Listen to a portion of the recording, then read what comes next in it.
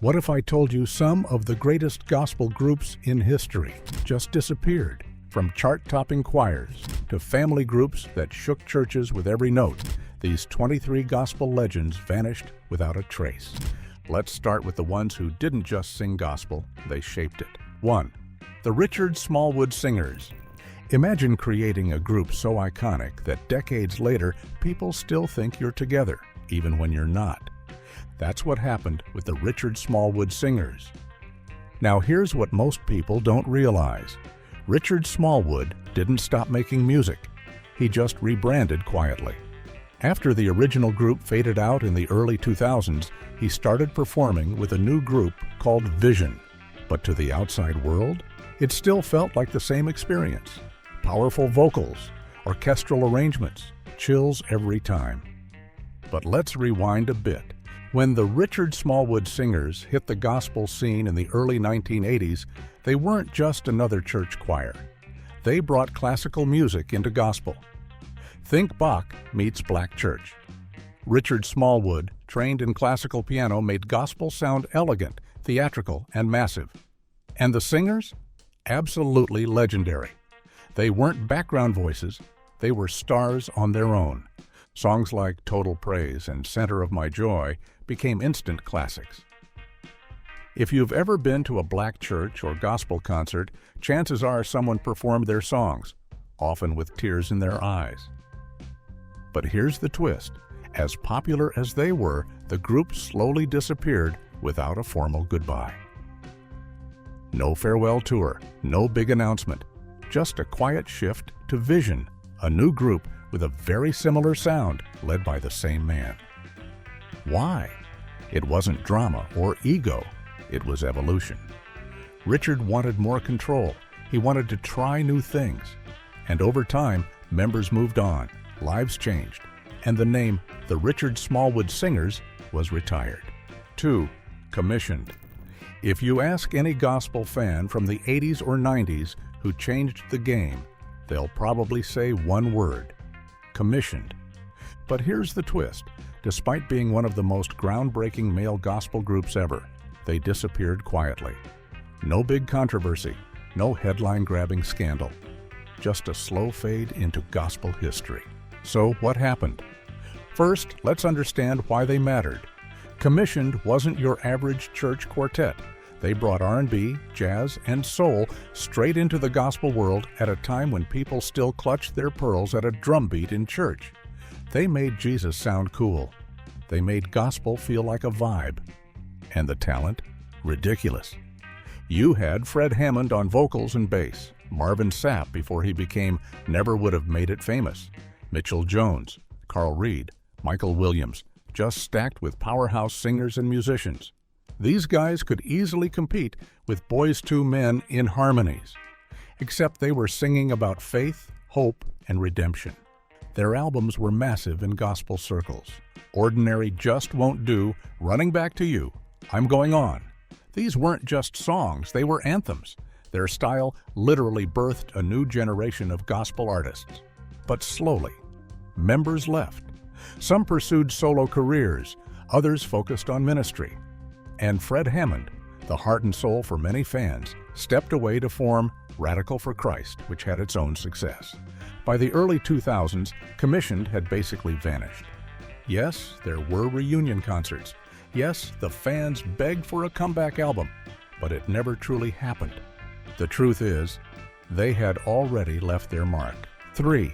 The Winans. Think of them as the royal family of gospel music. Smooth vocals, chart-topping albums, and crossover success that very few gospel groups ever reached. But then, they were gone. The Winans didn't crash and burn. They didn't break up in public drama. They just quietly stopped making music as a group. And if you weren't paying close attention, you probably didn't even realize it. Here's the story. The Winans were 4 brothers, Marvin, Carvin, Michael, and Ronald, handpicked and mentored by Andraé Crouch, the godfather of modern gospel. They exploded in the early 1980s with a fresh, soulful sound that pulled gospel out of church basements and into mainstream radio. It was clean, emotional, and radio-friendly without losing its spiritual core. And their look? Sharp suits, smooth harmonies, and none of the over-the-top theatrics. They were polished, professional, and relatable. Gospel that could sit on the shelf next to Luther Vandross and still hold its own. Their hit songs like Tomorrow Millions Didn't Make It and Let My People Go were more than just Sunday favorites. They were crossover moments. Even people who didn't go to church knew the Winans. But here's the twist. They never made a big deal about stepping back. By the mid-1990s, solo careers started pulling them in different directions. Marvin Winans focused on ministry. Ronald took a quieter role. Carvin and Michael did a few projects, but the group as we knew it, gone. There was no press conference, no farewell album, just a slow fade from the spotlight. No scandals, no headlines, just silence. And yet their legacy is everywhere. If you've heard of B.B. and C.C. Winans, Marvin Winans Jr., Winans Phase 2, or even Mario Winans in the R&B world, that's all from this family tree.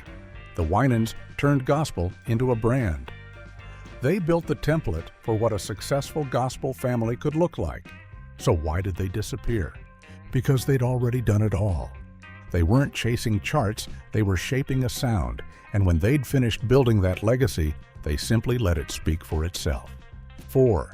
The Anointed Pace Sisters.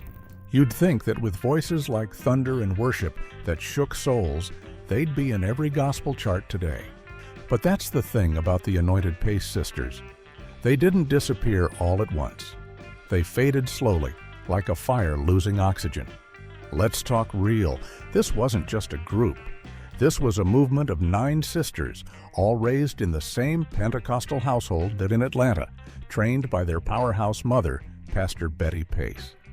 And when they sang together, it was explosive. Not polished and perfect like a studio choir, raw, emotional, Holy Ghost fire in harmony. Their most famous member, Duranice Pace, was more than just a vocalist. She was a prophet, a preacher, and the kind of singer who could make you cry even if you didn't understand the lyrics. Her viral interviews in the 2010s brought a whole new audience back to the group just when people had almost forgotten them. But here's what most people missed. While the Pace Sisters had their moment in the 90s and early 2000s, their group career never had a mainstream comeback. Yes, they performed occasionally. Yes, they were still beloved, but tragedy began to hit hard. Duranice died in 2021. LaShun Pace, another gospel legend and soloist from the family, passed in 2022. And the remaining sisters? They pulled back. No scandal, no drama, just life. Today, the Anointed Pace Sisters are rarely seen as a full group. Some are still active in local ministry. Some post online. But the full fire? It's not there anymore. 5. The Clark Sisters. You know how every female gospel group gets compared to the Clark Sisters? That's because no one's topped them. Not before, not after. But here's what's wild. The original formation rarely sings together now. Yes, they're legends. Yes, they're still alive. But consistent group albums? Tours? Not really happening. Formed by the late Dr. Mattie Moss Clark, these 5 sisters, Jackie, Denise, Elbernita Twinkie, Dorinda, and Karen, changed gospel forever. Their harmonies were jazz-influenced, unpredictable, and daring. They broke church rules by mixing funky music with sacred lyrics, and the church didn't always approve. Songs like You Brought the Sunshine didn't just hit gospel charts. They smashed R&B charts too, but things started to shift. Denise Clark Bradford left the group early due to family and personal tensions. The remaining 4 carried on, releasing iconic albums into the 2000s. Then came solo projects. Karen had massive success. Dorinda built a preaching empire. Twinkie wrote classics but took long breaks. Jackie remained the constant, low-key but committed. Their 2020 biopic reignited interest. Everyone remembered their story. New fans came in. But that didn't mean a full group comeback. Why? Because their paths had diverged. No breakup announcement. Just real life, aging, health, and solo priorities. Today, they perform sometimes, award shows, special concerts, but not with the energy or regularity of the past. And Denise occasionally reappears, but still distant from the group. 6. Virtue. This group had everything: stunning vocals, a sleek image, and music that blended gospel with Destiny's Child vibes. So where did Virtue go? The trio of sisters, Carla, Ebony, and Heather, came out in the mid-1990s with something fresh. They weren't just singing old-school gospel in heels. They were cool, current, and clean, pulling in both churchgoers and young listeners who wanted inspirational music without sounding outdated. Their harmonies were tight, their fashion was sharp, their energy, pure 2000s empowerment. Hits like Get Ready, Follow Me, and Angels Watching Over Me made them the blueprint for female gospel trios. They even had a Christmas album that people still talk about during the holidays. But after their 2006 album Testimony, they disappeared. No press conference, no Twitter post, just silence. Nearly a decade passed. Then, boom, 2015, they dropped Fearless.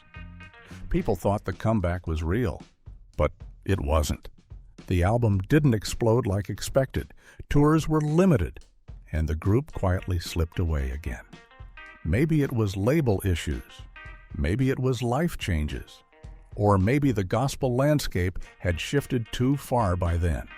But here's the thing. Virtue left a permanent mark. 7.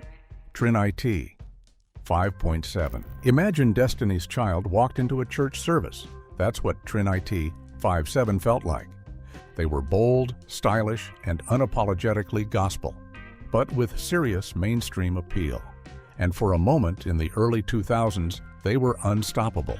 Formed in the late 90s, the original members Chanel Haynes, Angel Taylor, and Terry Brown Britton gave gospel a whole new look. They had sleek music videos, R&B-infused vocals, and red carpet glam. The name Trin IT 5.7 came from a Bible verse. But their music? That was aimed at radio playlists as much as church pews. And it worked. Their self-titled debut went gold. Songs like God's Grace, My Body, and Put Your Hands were everywhere. Young black girls finally had a gospel group that looked and sounded like them. But here's what fans didn't see coming. The group kept changing members. Terry left early. Adrian Anderson joined. Then Chanel left. Then came reunions, departures, label issues. It was hard to keep up. By 2011, after their album Angel and Chanel, the fire started to die out. Not because the music got worse, but because everyone was moving on. Adrian got into beauty and business. Chanel tried solo gospel. Angel went quiet. No scandal, no dramatic farewell, just 3 powerful women drifting into new seasons of life. 8. Out of Eden. This trio had one goal: make Christian music that didn't sound like it came from a church basement. Out of Eden was raw, real, and ahead of its time. 3 sisters, Lisa, Andrea, and Danielle Kimmy, came onto the scene in 1994 with music that felt more like Brandy and TLC than traditional gospel choirs. And that was the point. They weren't trying to be preachers. They were trying to talk to people like them. Kids growing up in faith, but also surrounded by pop culture. Songs like More Than You Know, Different Now, and River hit hard with youth groups across America. And their last album, Hymns in 2005, a modern R&B-style reimagining of classic church songs. Then, silence. They announced they were done. Just like that. No tabloid drama, no tension, just a graceful goodbye. Why? They wanted to raise families, focus on personal growth, ministry outside the mic. And so Out of Eden walked away, not with failure, but with full control over their legacy. They didn't need to ride trends. They set their own, then exited with peace. 9. Witness. Before social media praise breaks and viral gospel clips, there was Witness. This Detroit-based female group didn't shout or show off. They sang with depth, harmony, and elegance. Formed in the late 80s, Witness included powerhouse vocalists like Lisa Page Brooks, Tina Brooks, Yolanda Harris, and Diane Campbell. Their sound? Think commissioned, but female. Smooth R&B production, tight harmonies, and lyrics that cut deep. Their song Standard still gives goosebumps. Clap Your Hands, He Can Do the Impossible, and Get in the Way were all gospel radio staples. But unlike flashier acts, Witness never chased the spotlight. They let the music speak. So what happened? By the late 90s, the group started fading. Members left. Solo careers took over. Lisa Page Brooks went on to have a strong solo run. But the group as a brand, it just paused. Witness didn't crash. They stepped back quietly, letting others take the stage. But their influence? Still here. 10. The Soul Stirrers. Before there was Kirk Franklin or Fred Hammond, there was the Soul Stirrers, the original architects of modern gospel harmony. But if they were so legendary, where did they go? Here's the plot twist. They didn't just vanish, they were slowly forgotten. Formed back in the 1920s, yes, you read that right, the Soul Stirrers changed gospel forever. And when they brought in a young Sam Cooke in the 1950s, everything exploded. Suddenly, gospel had smooth vocals, sharp suits, and a crossover style that felt almost like pop, even though the lyrics were all about Jesus. They didn't just sing about heaven. They made you feel like you were already there. But after Sam Cooke left for secular music, the group never quite hit the same level of stardom. They kept going, new members, new songs, but the public spotlight moved on. Over time, original members passed away. Albums stopped coming out, and before anyone realized it, the Soul Stirrers were mostly history. No farewell tour, no social media post, just silence.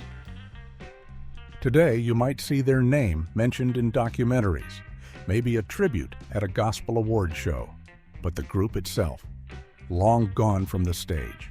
Still, their fingerprints are everywhere. 11. The Bolton Brothers. They weren't flashy, they weren't viral, but for a while, the Bolton Brothers were the heart of traditional gospel in the American South. Family groups have always been a gospel staple, and the Bolton Brothers carried that legacy strong. 4 brothers with tight harmonies, powerful messages, and church-born soul. They weren't trying to chase the mainstream. They stayed rooted in quartet tradition. For years, they dominated local gospel circuits, released albums like Live in Mobile and Time of Your Life, and performed at festivals and churches with fire. But slowly, the music stopped. Their last notable releases were over a decade ago. The tours slowed down. No new music, no major updates. And now, they've faded into gospel's quiet corners. No official breakup. Just silence. The Bolton Brothers didn't disappear because they were outdated. They disappeared because they stayed loyal to a style the world stopped spotlighting. 12. Men of Standard. In the late 90s and early 2000s, if you wanted gospel that sounded fresh, modern, and powerful, you turned to Men of Standard. This wasn't just another male quartet. This was the group that made you say, wait, this is gospel? Led by Isaac Carey, Lowell Pye, and Brian Pierce, Men of Standard took the smooth vocals of R&B and wrapped them around lyrics of faith, strength, and hope. Their songs like In Your Will, Yet Will I Trust in Him, and Latter Rain hit deep, not just spiritually, but musically. They felt like the male version of Mary Mary. Clean production, vocal layering, and that gospel swagger. But suddenly, one by one, the members started doing their own thing. Isaac Carey went solo and blew up with In the Middle. Brian focused on preaching. Lowell took his voice into worship circles. The group quietly faded. No beef, no farewell tour, no announcement. Men of Standard just stepped back, like a team that already won their championship ring. Today, fans still stream their music. Choirs still cover their songs. But a full return? It hasn't happened. 13. 7. Sons of Soul. Sometimes a group comes in, shakes the room, and vanishes before you even learn all their names. That was 7 Sons of Soul. They weren't around long, but when they dropped their self-titled album in 2004, gospel fans felt something different. This wasn't your average quartet. It wasn't choir style either. It was a blend of old-school gospel and neo-soul swagger. Smooth, gritty, heartfelt. Their harmonies hit like Donnie McClurkin meets Music Soul Child. Their debut single, Clap Your Hands, was everywhere. Church radio, youth events, even R&B fans started paying attention. And the group had range. You could go from high-energy praise to deep emotional worship in the same album. They weren't just voices, they were storytellers, reminding people that gospel could sound fresh without losing its roots. Then came the second album in 2007, Witness. Same vibe, same quality. And then, nothing. No more albums. No official breakup. Just silence.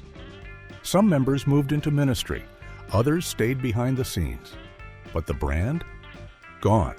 No tours, no comebacks, no farewell moments. 14. Soul Tempo. You probably never saw them trending, but once you heard Soul Tempo, you never forgot the sound. They were that kind of underground gospel quartet. Smooth, tight vocals, clean suits, and that classic throwback vibe that hit differently when you heard them live. Their biggest moment came when their song Trust in the Lord landed in Tyler Perry's Why Did I Get Married? Suddenly, people who'd never heard of them before were Googling the name. But here's the thing, they never went mainstream.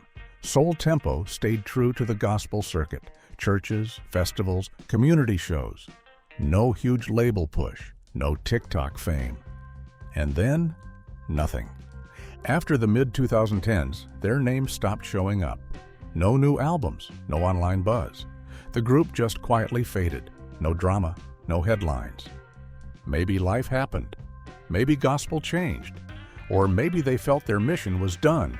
Either way, they didn't disappear in disgrace. They disappeared like gentlemen who served their season and stepped off the stage with grace. 15. New Direction. If you went to a youth choir event in the early 2000s and didn't hear New Direction, were you even there? This Chicago-based group was electric. Teenagers and young adults, led by Percy Gray Jr., packed with energy, dancing, clapping, shouting, but always tight on vocals. They dropped albums like New Direction, 1999, Rain, 2000, and Send the Praise, 2002. Their music felt like a mix of gospel choir and hip-hop concert, fast beats, live instruments, and contagious energy. Songs like Calvary, Lord I Give You Praise, and When All God's Children Get Together became youth group anthems. But after 2007's Destiny, everything slowed down. The group had new members cycle in and out. After all, it was a youth choir, but the fire fizzled. No major albums since, no viral moments, just a quiet fade into gospel history. Did they flop? Nope. They simply grew up. The kids became adults, some became pastors, parents, or artists in other spaces. And like many youth choirs, the magic wasn't in the name, it was in the moment. 16. The Blind Boys of Alabama. You know a group is legendary when people still pay to see them live, even when almost none of the original members are alive. That's the strange truth about the Blind Boys of Alabama. Formed way back in the 1930s at a school for the blind, the original lineup created something timeless. They weren't just a group of blind gospel singers. They were masters of harmony, soul, and spiritual power. Their voices could move anyone to tears. But here's where it gets wild. They didn't just stick to church. These men marched during the Civil Rights Movement, sang beside Dr. King, and brought gospel to secular stages. They won multiple Grammy Awards, worked with Bono, Ben Harper, and even performed at the White House. But slowly, and very naturally, the original voices started passing away. Clarence Fountain, gone. Jimmy Carter, the last remaining original member, and he's now retired. Most of today's Blind Boys are new members, younger, talented, but not part of that first historic lineup. 17. The Caravans. If gospel had a Hall of Fame stage, the Caravans would be front row. But here's the thing, while the name still gets tossed around, the group itself is gone. Started in the 1950s under the powerful leadership of Albertina Walker, the Caravans were a vocal tornado. They weren't just singing, they were testifying. And the group was like a launch pad for gospel greatness. Shirley Caesar, Inez Andrews, Dolores Washington, all stars who came out of this lineup. But nothing lasts forever. The original group faded in the 1960s.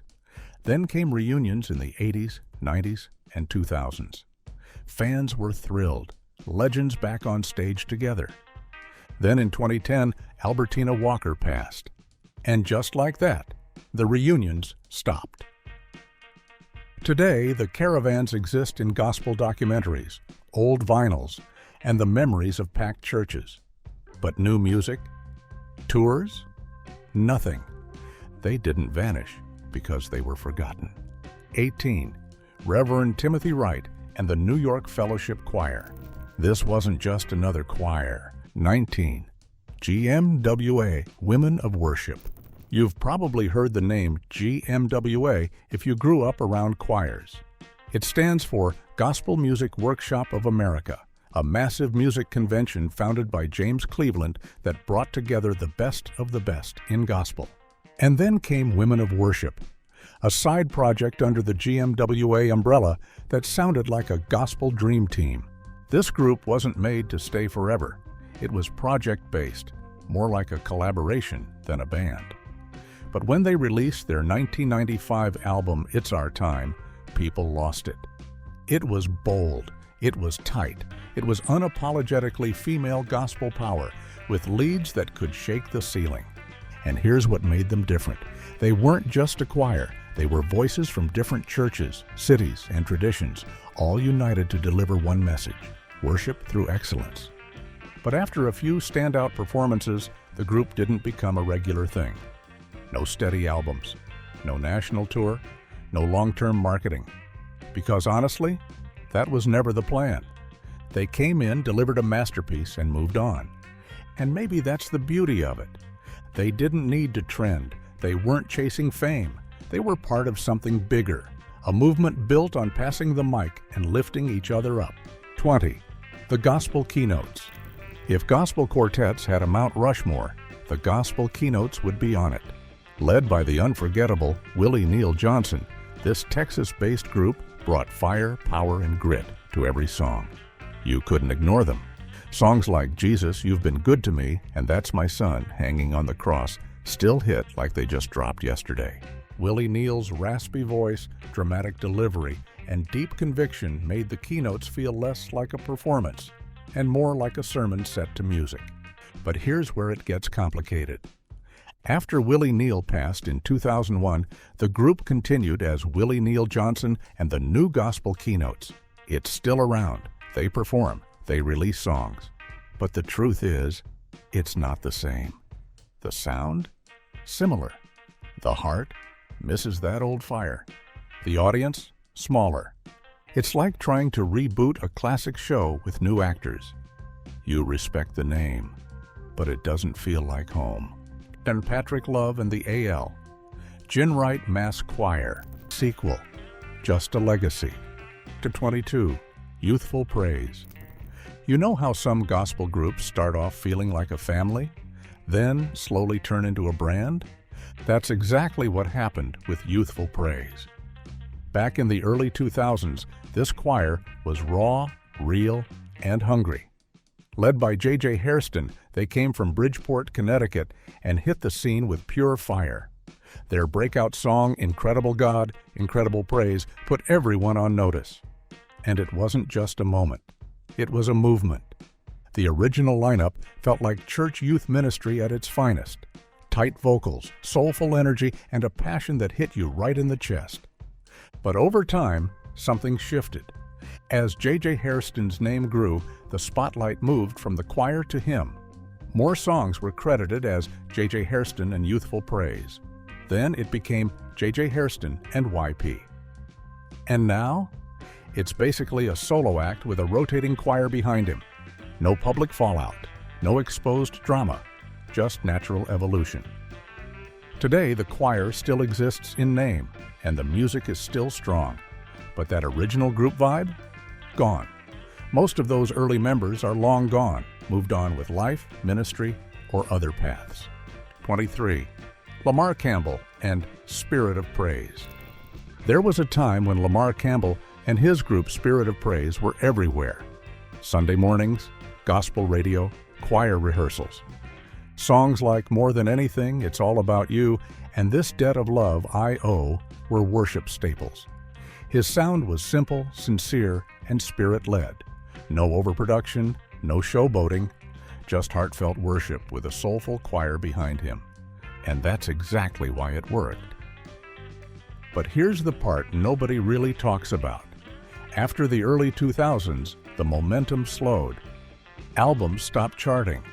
Tours became rare. And eventually, the name faded from regular gospel conversations. Did they officially disband? No. But the music releases became few and far between. Spirit of Praise, once a household choir name, started feeling like a memory. Lamar still ministers. The music is still respected. But the group that once defined choir worship for a generation, now mostly silent. They didn't go out in flames. If you enjoyed this journey through gospel history, make sure to like, share, and subscribe for more powerful stories like this. And tell us in the comments, which gospel group do you miss the most?